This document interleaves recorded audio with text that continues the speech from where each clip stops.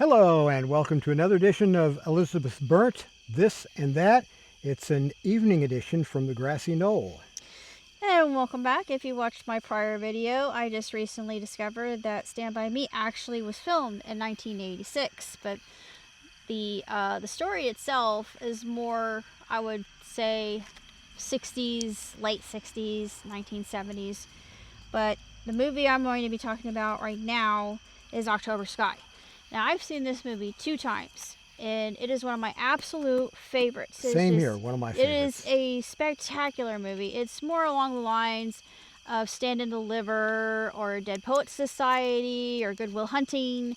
It's just a feel-good, wholesome movie that just makes you feel excellent about life and all of mankind's redeeming qualities are encapsulated within. But it's based on a true story. It's about these young men from West Virginia, and they had a teacher that was very influential in their study of chemicals and engineering. And at the time, they were working on rockets, but they never knew how far their inspiration would take them. And it's just such a fantastic movie, and the cinematography is absolutely beautiful. It's one of those movies that's so well shot, and just everything about it is just, I personally think it's a masterpiece, and you owe it to yourself to watch it, especially if you're a fan of NASA, especially if you're a fan of NASA and their work. But it's fascinating. It's extremely well done. Just everything about it makes you feel just good. And it was based on a book, correct? Yes, The Rocket Boys. So Right. It's an excellent Takes place story. in West Virginia. I've never read the book. It takes place in West Virginia, coal mine country. Right. His dad is a coal miner. Right. And doesn't quite understand, what the purpose is in playing, with model rockets. Right. Because That's he's his expected. passion. He's expected to take over his The dad's coal mining position in the business, coal like mine. his dad did, is just something that was expected of him, and that's just how the town perceives him. And it's a good movie to get kind of a feel for what coal mining country was like back in the probably 1950s. 1950s, 1960s. Because it was after World War II. Because they were talking about that and the Sputnik. Yeah, Sputnik, it was actually the beginning of the Cold War. Probably 1957. 1957, like right after the war. Because everybody's looking up, and they were looking at Sputnik Pass. Yeah, so the mindset back then, people were really scared. They were scared. Of Sputnik. Yes. Space history and rocket history's been kind of one of my interests. Right. So I've absorbed a lot of that nerdy stuff. And another movie that does that really well is Radio Days.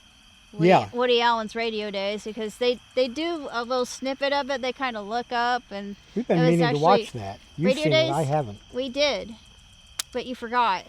Oh, we did? Yeah, because it's not, you don't see the war taking place. It's just more I remember. of the common people's view. But I love it.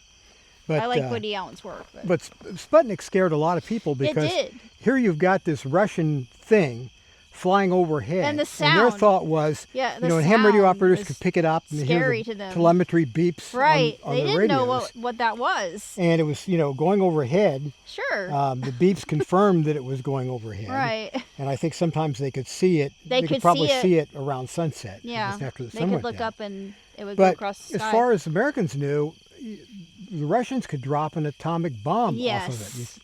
You're flying overhead. And that's terrifying. I mean, what are you going to drop on top of me? So it really terrified people then. And I think that was impetus to get, our government to seriously involve itself in the space program. Right. That was the impetus. Yeah. Before that, it was, we'd had so many rocket failures. Well, the Russians were there first, so the Russians were doing well with it, and we couldn't seem to get a decent rocket off the pad without it blowing up. Right. So. But it's a 5-star movie, 2 thumbs exuberantly up, and one of my all-time favorite movies. Oh, I love it. It's one of my absolute favorite. As far as space movies are concerned, that's probably among my top, along with Right Stuff and of course Apollo 13 and Hidden Figures. Those are my very, very, very top. Sounds good. What's the next thing you're going to review? Have you decided? Well, I would like to talk about Superman, because I just recently saw that, and I enjoyed it. Yeah, we saw that at the theater. It was pretty good. Yes, we did. Let's make that your next one if you're ready for it. Yeah. Got a beautiful, well, we had a beautiful sunset We had a beautiful sunset, but now it's gone. We're out at the grassy knoll. It's just a few miles west of Fillmore, Indiana. This is one of the 2 or 3 places where we like to watch trains. And it's calm out here. And we're set up with the tripod and the camera in case we get a train tonight. But sometimes you get a whole bunch of them. Like yesterday morning, was working on editing bicycle race photos. So I came out here while I edited photos. And I had 4 trains in 25 minutes. Just literally back-to-back trains. And you've never had that before, have you? No, and I came by this morning to do a little more editing. And I had a single train. It was a long one. I've not posted that video yet, but I thought, well, if we get a train tonight, I'll put a couple together. We heard some chatter, but nothing came of it. Yeah. Yep. It was really weird. And the radio's been so quiet lately on trains. Very well, that's enough about so. trains. We'll do a video someday dedicated to our interest in trains and other hobbies. Right. So that does it for now. All right. See you later.